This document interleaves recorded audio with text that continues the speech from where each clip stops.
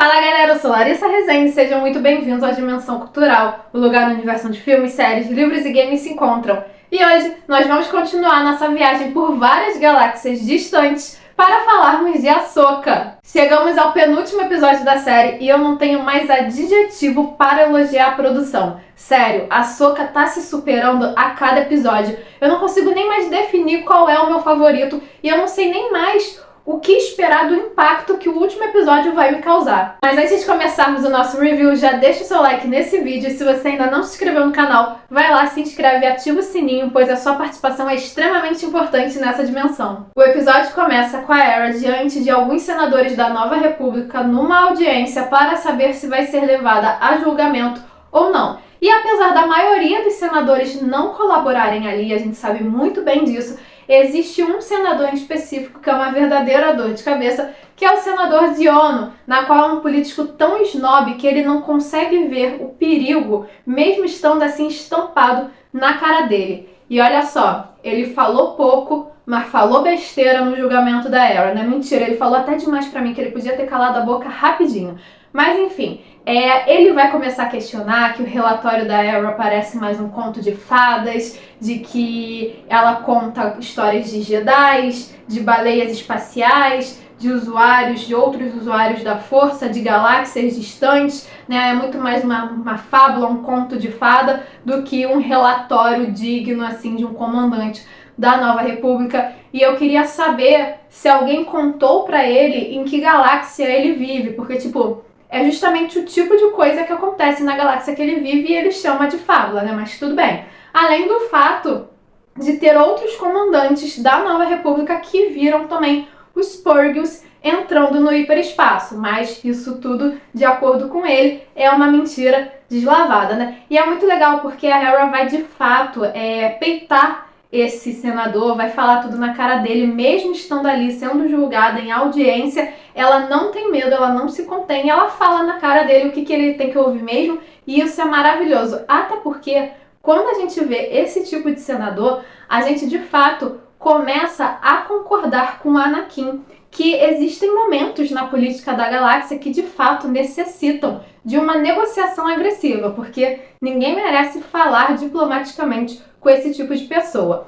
Além disso, em meio a essa audiência também é citada a ação imperial lá em Mandalore. Então, acaba sendo um fato bem interessante, né? Mesmo o senador Ziono não dar importância, dizer que foi uma ação independente, né? Separada de todas as outras e não é a comprovação de que o Império está tentando voltar, enfim. E essa citação acaba sendo muito importante porque conecta ainda mais a série da Ahsoka com The Mandalorian e comprova que os acontecimentos de Ahsoka, eles estão ocorrendo após a terceira temporada da série de Din Djarin.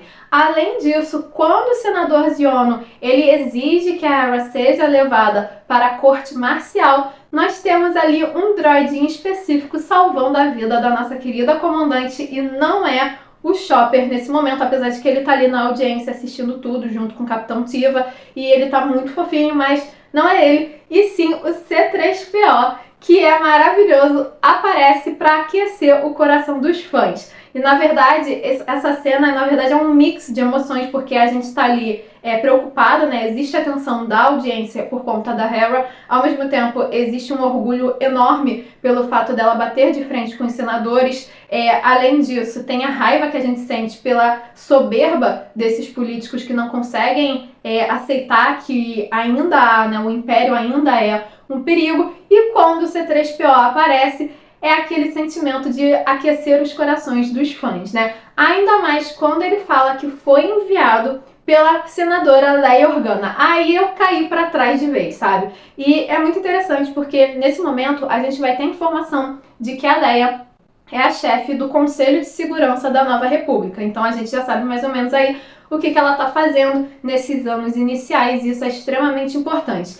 E pra falar a verdade, o episódio podia ter acabado aí que eu tava feliz, porque aconteceram tantas coisas nesses primeiros 5 minutos de episódio, foram tantas emoções que realmente parecia que assim, tinha sido um episódio inteiro. Esses primeiros minutos valeu por um episódio inteiro e eu teria ficado super satisfeita. Mas um detalhe igualmente importante em relação a essa cena inicial é que sim, tivemos Anthony Daniels, porque ele foi creditado nesse episódio e só de ler o nome dele nos créditos finais é tão emocionante quanto ver a figura do C3PO ali em cena. Então assim, isso já serviu, cara, eu já me emocionei, eu já chorei, eu gritei quando ele apareceu e eu fiquei ainda mais emocionada quando eu vi o nome do ator ali nos créditos, que é para dar assim aquela sensação de nostalgia e obviamente de conectar todas as produções de Star Wars. Depois vamos para a jornada dos Purgils no hiperespaço, na qual nós vemos que a Ahsoka está em uma sessão de treinamento Jedi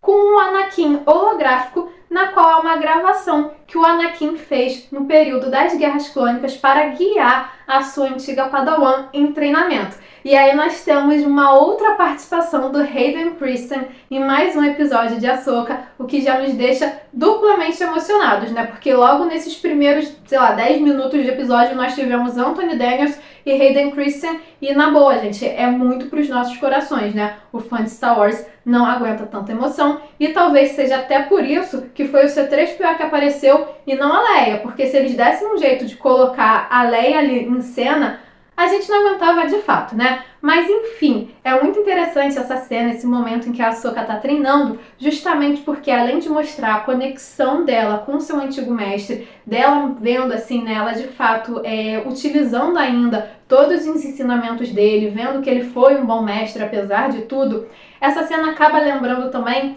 o episódio de Tales of the Jedi, na qual mostra o Anakin fazendo um treinamento com a Ahsoka muito mais intenso do que os treinamentos que ela recebia lá no Templo Jedi em Coruscant. Mas aí, ela e o Huyang chegam a Peridea e se deparam com um campo minado para destruir os Purgils, né? Já que eles sabem que a Ahsoka estava vindo.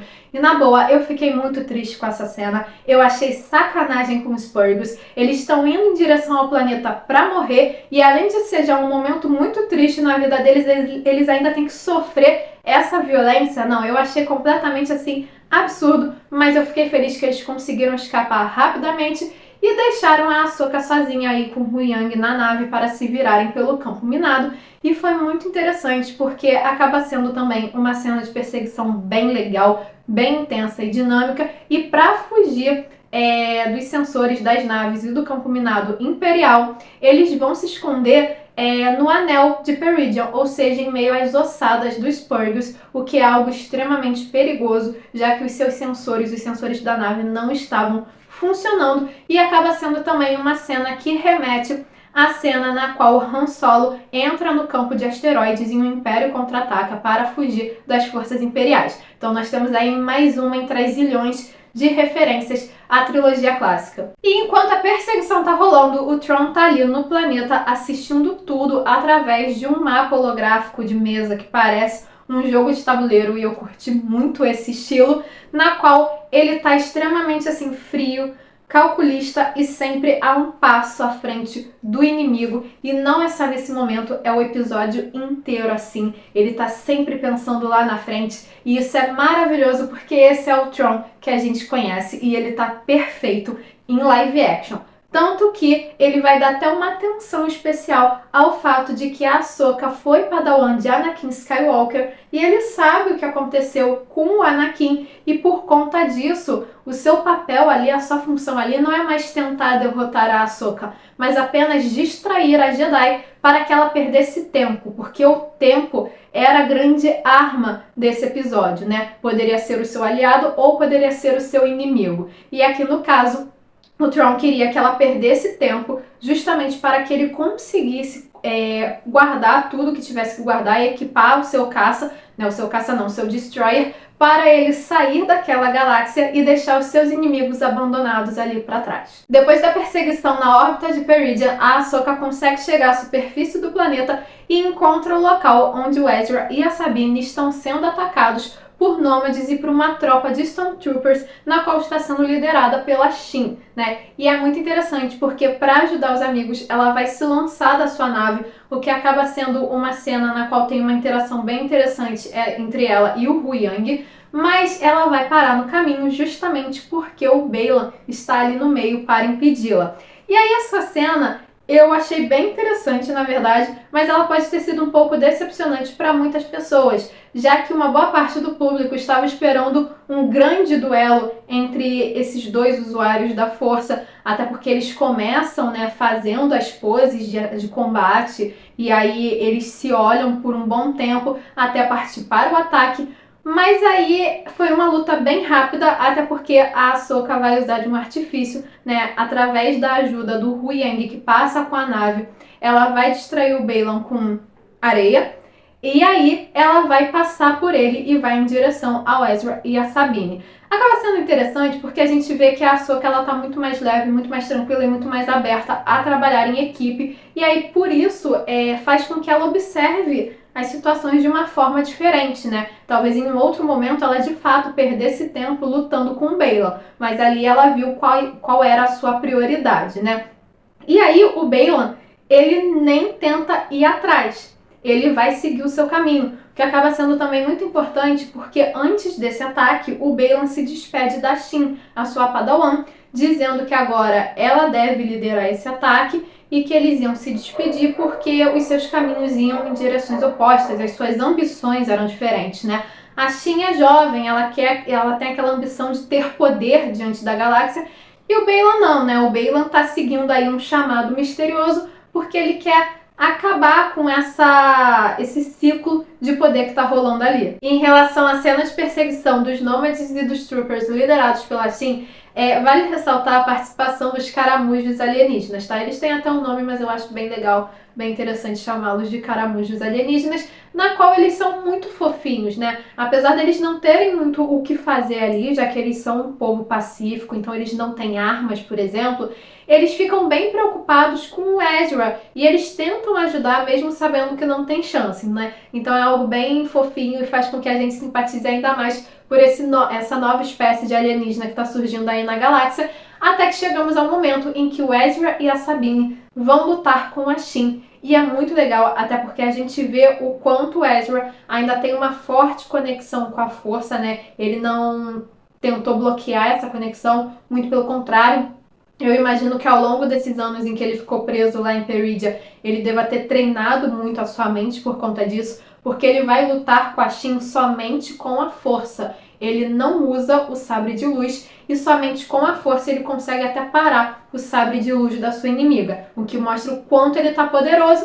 E a Sabine é a Sabine. Cara, assim, eu gosto muito dela, ela é uma ótima personagem, mas eu não tô curtindo muito essa forçação de barra na qual a série quer fazê-la uma Jedi. Não, tipo, não rola. Ela até teve ali, né, conseguiu criar uma conexão na força com a Ahsoka por um momento, mas não. Ela, como Mandaloriana, somente Mandaloriana, é muito melhor, até mesmo na hora de lutar. Eu sinto que mesmo tendo uma certa experiência ali com o sabre de luz, até porque na animação ela também treinou com o Darksaber, ela fica um pouco mais atrapalhada lutando com esse tipo de arma. E o episódio termina com uma luta incrível na qual mostra todo o entrosamento dos três personagens contra os Troopers. E aí, vendo que estão sendo derrotados e vendo também que eles cumpriram a sua função de fazer os mocinhos perderem tempo, o Thrawn decide retirar as suas tropas do campo de batalha. Assim, a Shin, vendo que está sozinha diante desses três poderosos aí, ela decide fugir também, né? E aí o Thrawn também já está preparado para sair do planeta e eu até curti o episódio encerrar com a vitória dos mocinhos. Eu curti bastante essa vitória, esse reencontro deles que foi bem feliz, mas ficou algo não tão assim grandioso, né? Não ficou um final tão grandioso. Eu achei que esse episódio iria terminar com algum acontecimento que desse gancho para o último episódio, fazendo assim com que o público ficasse ainda mais ansioso, né, do que fosse acontecer na semana seguinte, como por exemplo o Baylan finalmente encontrar essa força misteriosa que o está chamando, mas isso tudo vai ficar na verdade para o último episódio da série mesmo. Esse sétimo episódio foi show, na qual tivemos ótimas cenas de ação e uma tensão no ar, aquela sensação de que o perigo está cada vez maior, até porque de fato o perigo já está aqui entre nós. Além disso, nós tivemos também algumas informações interessantes, como é o caso que é mencionado que o Zeb, ele atualmente está responsável pelo treinamento dos recrutas da Nova República, apesar de ainda não ter aparecido na série. E também tivemos aí o Anakin novamente, né, a participação do nosso querido Hayden, e o C3PO, né, o Anthony Daniels sendo tagarela, como sempre, né, o nosso droid favorito, do jeito que a gente gosta de ver. Mas e vocês, o que acharam desse 7º episódio? Qual foi o seu momento favorito? Qual é a sua expectativa para o episódio final? Deixe a opinião de vocês aqui nos comentários. E não se esqueça de curtir esse vídeo e de se inscrever no canal para continuar acompanhando as nossas aventuras. Nos vemos na próxima!